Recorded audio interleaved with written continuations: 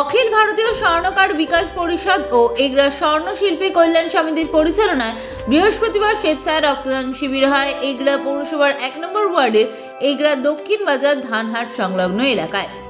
রক্তদান মহৎদান, সেই কথাকে মাথায় রেখে অখিল ভারতীয় স্বর্ণকার বিকাশ পরিষদ ও এগরা স্বর্ণশিল্পী কল্যাণ সমিতির এই রক্তদান শিবির এবছরের প্রথমবার অনুষ্ঠিত হলো।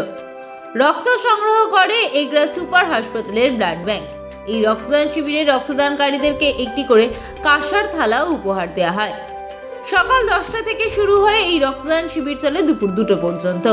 পুরুষ ও মহিলা মিলে মোট 150 জন রক্তদান করেন। শুধুমাত্র রক্তদান শিবির নয়, এদিন এলাকার স্বর্ণ ব্যবসায়ী ও স্বর্ণশিল্পীদের কাজের ক্ষেত্রে বিভিন্ন সমস্যা নিয়ে আলোচনা করা হয়। পাশাপাশি তারা যাতে সরকারি সুযোগ সুবিধা পেতে পারেন সেই বিষয়ে দিশা দেখান পূর্ব মেদিনীপুর জেলার ক্ষুদ্র ও মাঝারি শিল্পের সরকারি অফিসার অমিত রঞ্জন দাস।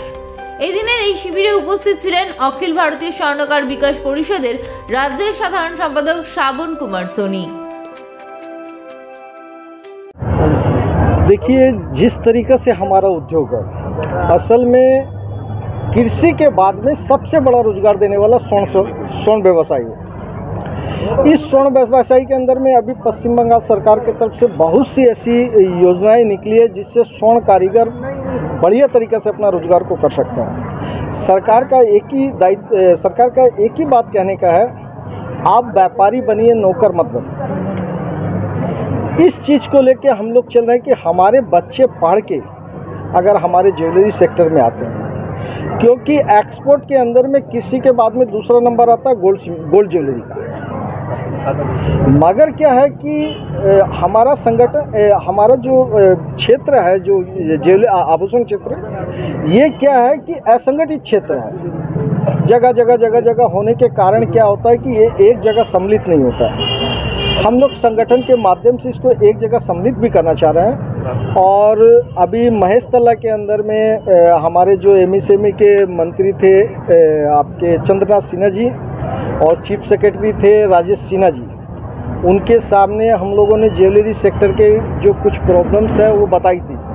असल में क्या होता है कि ज्वेलरी सेक्टर के छोटा उद्योग होने के कारण क्या होता है कि मान लीजिए बड़े बाज़ार से या कोलकाता से ज्वेलरी का ऑर्डर लाता है और यहाँ पे बना के फिर उस ज्वेलरी को वापस जमा देता है। इस बीच में जो हारेसमेंट होता है उसका, क्योंकि उसके पास में कोई ऐसा एक पहचान पत्र नहीं होता जिससे कि वो गोल्ड सीमित है और किसी तरीके की कार्रवाई से वो बच सके। इसके लिए जब चीफ सेक्रेटरी के सामने बात रखी थी तो पश्चिम बंगाल सरकार की तरफ से गोल्ड सीमित का एक आर्टिजन कार्ड अभी चालू कर रखा, जो कि डीआईसी के हमारे जो पदाधिकारी है वो हमारे साथ में बैठे हुए हैं। ये भी चाह रहे हैं कि ज़्यादा से ज़्यादा गोल्ड स्मिथ का जो आर्टिजन कार्ड है उसमें कई तरीके की योजना सरकार दी है।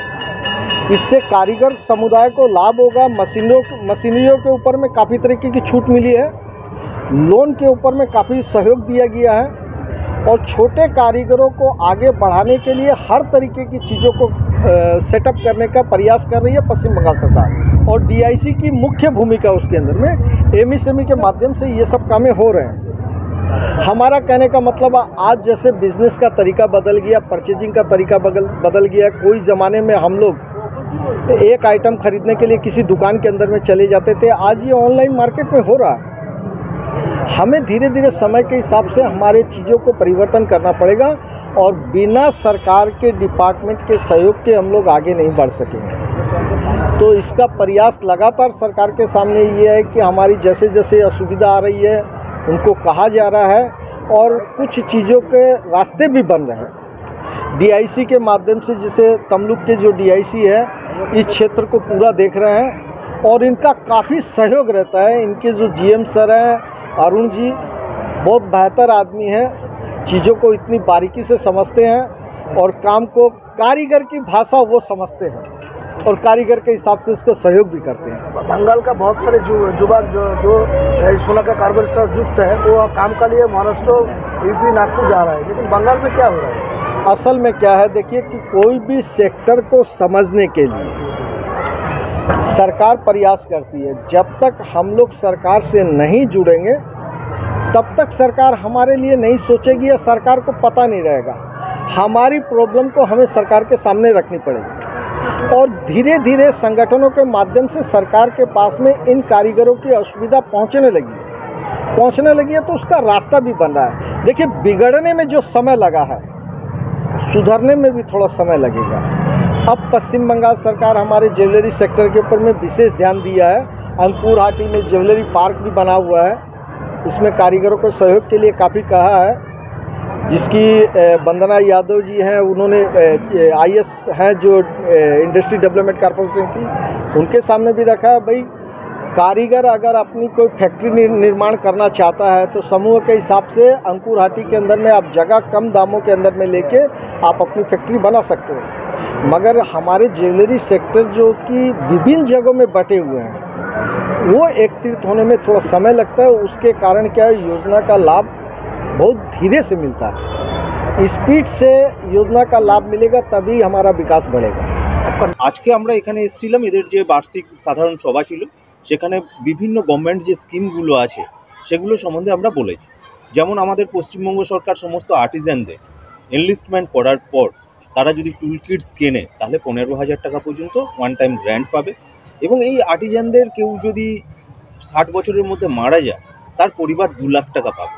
তাছাড়া পশ্চিমবঙ্গ সরকার সমস্ত ক্ষুদ্র ব্যবসায়ীর পাশে আছে এবং আমরা ভবিষ্যৎ ক্রেডিট কার্ডের মাধ্যমে 5 লাখ টাকা পর্যন্ত লোন 4% ইন্টারেস্টে কিন্তু সবাই পেতে পারে, এবং যার সাবসিডি আছে 10% বা 25,000 টাকা। আর এই অখিল ভারতীয় স্বর্ণশিল্পী পরিষদ, এরা যে সভাপতি এবং সম্পাদক দেবাশিস বাবু এবং ওনারা বারবার আমাদের সঙ্গে যোগাযোগ করেছেন এবং আমরা ওনাদেরকে সিনার্জিতে পাঠিয়েছিলাম। সিনার্জিতে ওনারা কিছু দাবি রেইজ করেছেন, সেগুলো নিয়ে আলোচনা করছি এবং ওনারা দাবি করেছেন এখানে একটা ক্যাম্প করে যাতে আরও বেশি সংখ্যক স্বর্ণশিল্পী এখানে এনলিস্টমেন্ট হতে পারে, এবং ওনারা একটা দাবি করছেন এখানে যাতে একটা ক্লাস্টার হয়। আমরা পরবর্তীকালে সেগুলো ওনাদের কাছে প্রপোজাল নিয়ে যাতে হয় তার ব্যবস্থা।